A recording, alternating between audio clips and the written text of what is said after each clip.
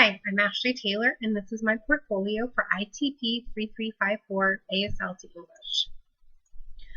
The first topic that I chose was fingerspelling. 7 to 10% of the language is fingerspelling. There are 3 tools that you can use to help with our fingerspelling struggles. One is prediction. Are we able to predict what's happening, what's going to be coming, and think of the terminology words that we may see? Another one is inference. What can we infer about the information that's coming? If we miss the fingerspelled word, can we infer, oh, well, they're talking about this, it's got to be this. Background knowledge. What are we bringing into the situation that we already know about? So what can we maybe predict, predict from our background knowledge? What are the uses of fingerspelling? We use them with proper names of cities and state abbreviations, specific terms, English words that have no ASL lexical equivalents, and technical English terms. So for my fingerspelling artifact, I chose from the discussion board and the question. This was my answer. Fingerspelling is a huge skill I think could always use improving or increase development. Each individual has their own hand shape, size, and really style, and there are no two people alike. I think practice is the key, and also getting out there in the deaf community more to experience the different styles you will see.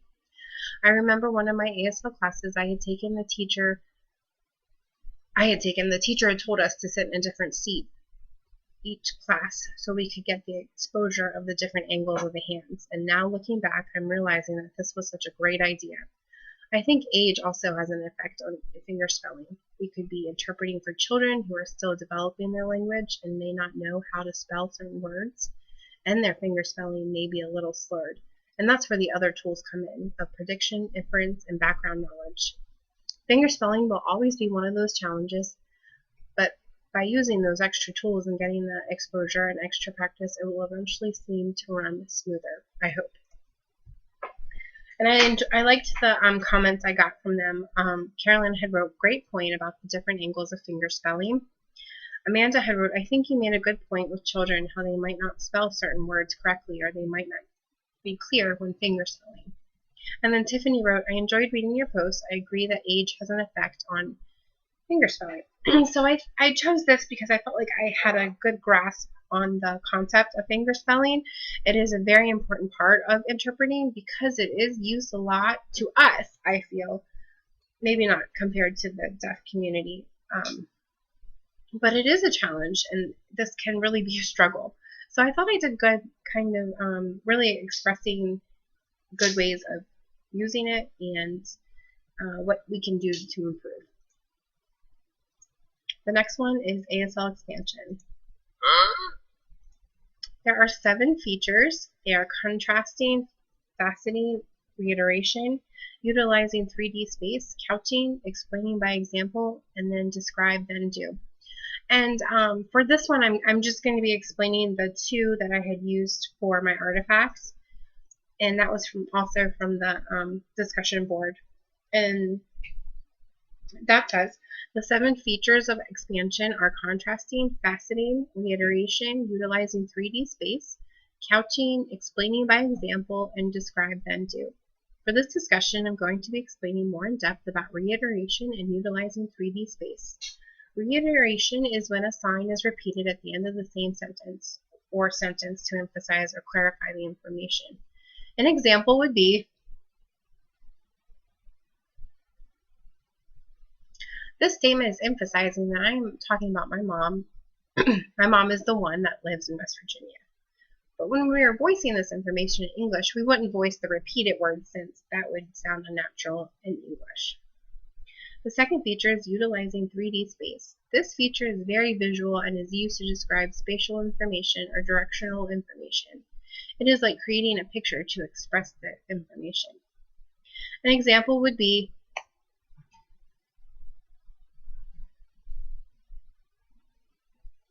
in English, you would voice it, last year I drove from Maryland to Texas. Since English is a one-dimensional language, voicing all the details of where everything is set up in ASL would show equality to the meaning. So in this case, we would just say, I drove from Maryland to Texas. The expansion the ASL expansions are a huge part of interpreting, I feel. With those 7 different features, it really helps us be able to express the message clearer. If there seems to be any confusion, then we can describe more in depth with these different 7 features. So I felt like I did a good job in pulling those 2 out and describing them. And also I got a nice comment back. Ashley, your example of reiteration is something I will remember. Your example of 3D space is also great. I really appreciate how you depicted your example in ASL and the appropriate English match to it. It is because of your examples and reading your text that I am gaining a clear understanding as to why I am always feeling rushed as I am interpreting English to ASL. I am trying to apply the expansion techniques. And this, I felt like, well, I really helped her out, so I must have gotten something right. So this really made me feel good, like, oh, I did get it, and I was able to help out a classmate. The next one is memory. There are 2 types of memory. Short-term memory, and that's when we're just holding that information just for a few seconds, and then it's gone. The next one is long-term memory. And this is when information is stored for a longer period of time. We may create a pathway into our brain, and then later on we can take that information back and then use it. There's 3 ways of storing information. The first way is visually, and that's by the pictures, by looking at pictures. You're storing that information by looking at them. The second one is acoustically, and that's when we're hearing the information and we're storing it in that way. And then the third one is semantically, and that's like if we're reading the information, we're retaining it that way. We're getting that information, we're learning that way. For my memory artifact, I chose our final because in this video, there was a lot of finger spelling, and there was a lot of different measurements that you really had to remember so you could go back and explain why it was important. So for this specific example, I'm going to where she's explaining which width of wire gauges for the stems of the flowers you needed. She did use 3 different measurements, and she explained why each one didn't work and then why the one was perfect. The thickness is 22. Let me tell you, there was 18, 22, and 24. You really need the 22 because the 18 too hard and too thick. The 24 is too flimsy. 22 gauge is perfect. You need about 12 to 14 inches of it. So as you see, there's a lot more numbers, so you really had to retain that information and hold it so you could remember, oh, I need to remember which one we need and which 2 we don't need and why.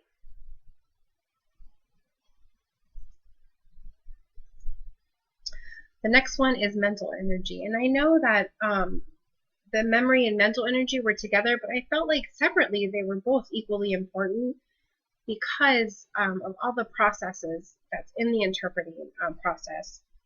We need that mental energy, and to keep it strong, and we need to learn how to relax and restore it and regain that energy from them, and that having that memory can really help us out with our mental energy.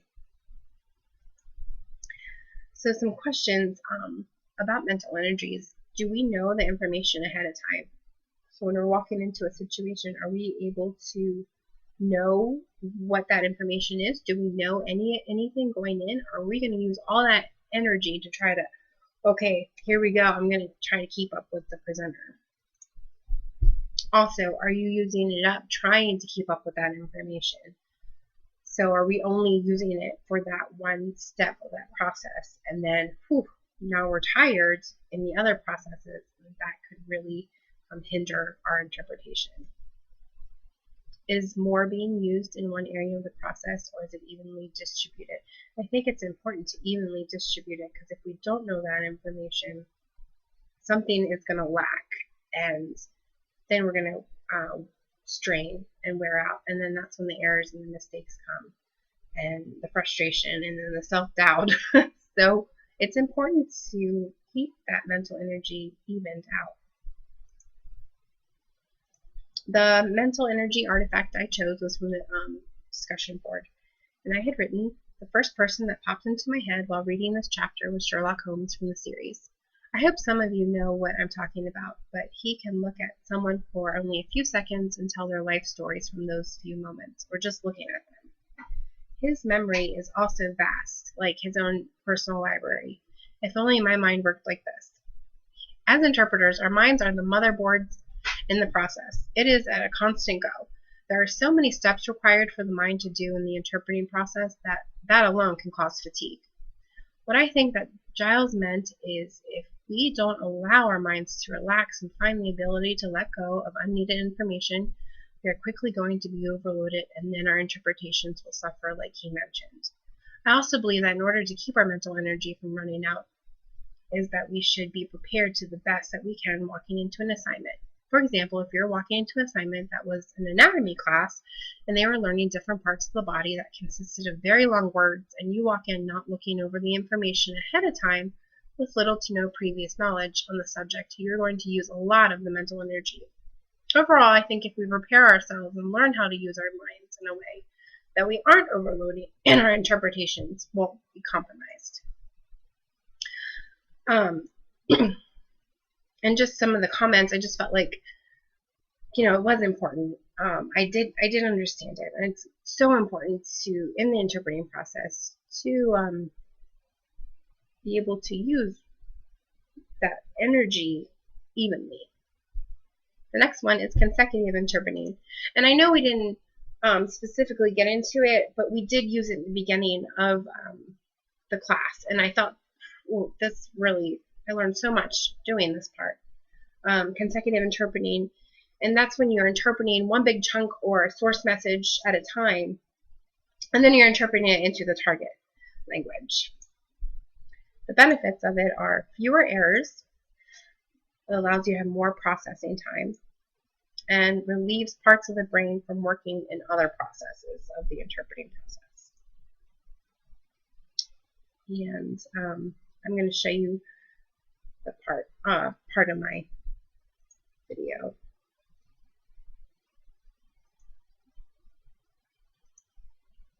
And I'm going to be voicing the frame.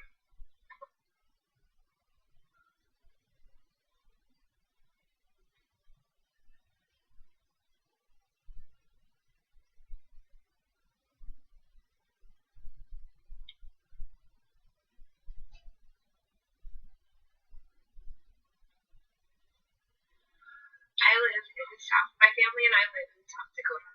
My husband just recently got a job in Indiana. Well, we had to go house shopping.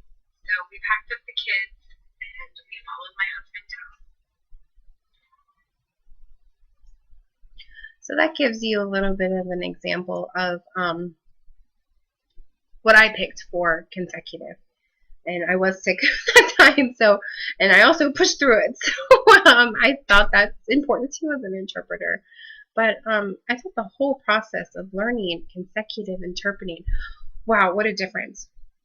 How we can just kind of sit back, relax, gather all the information, and then present it. And that really makes a difference, especially with simultaneous interpreting. Well, that's my portfolio, and I hope you enjoyed. Thank you.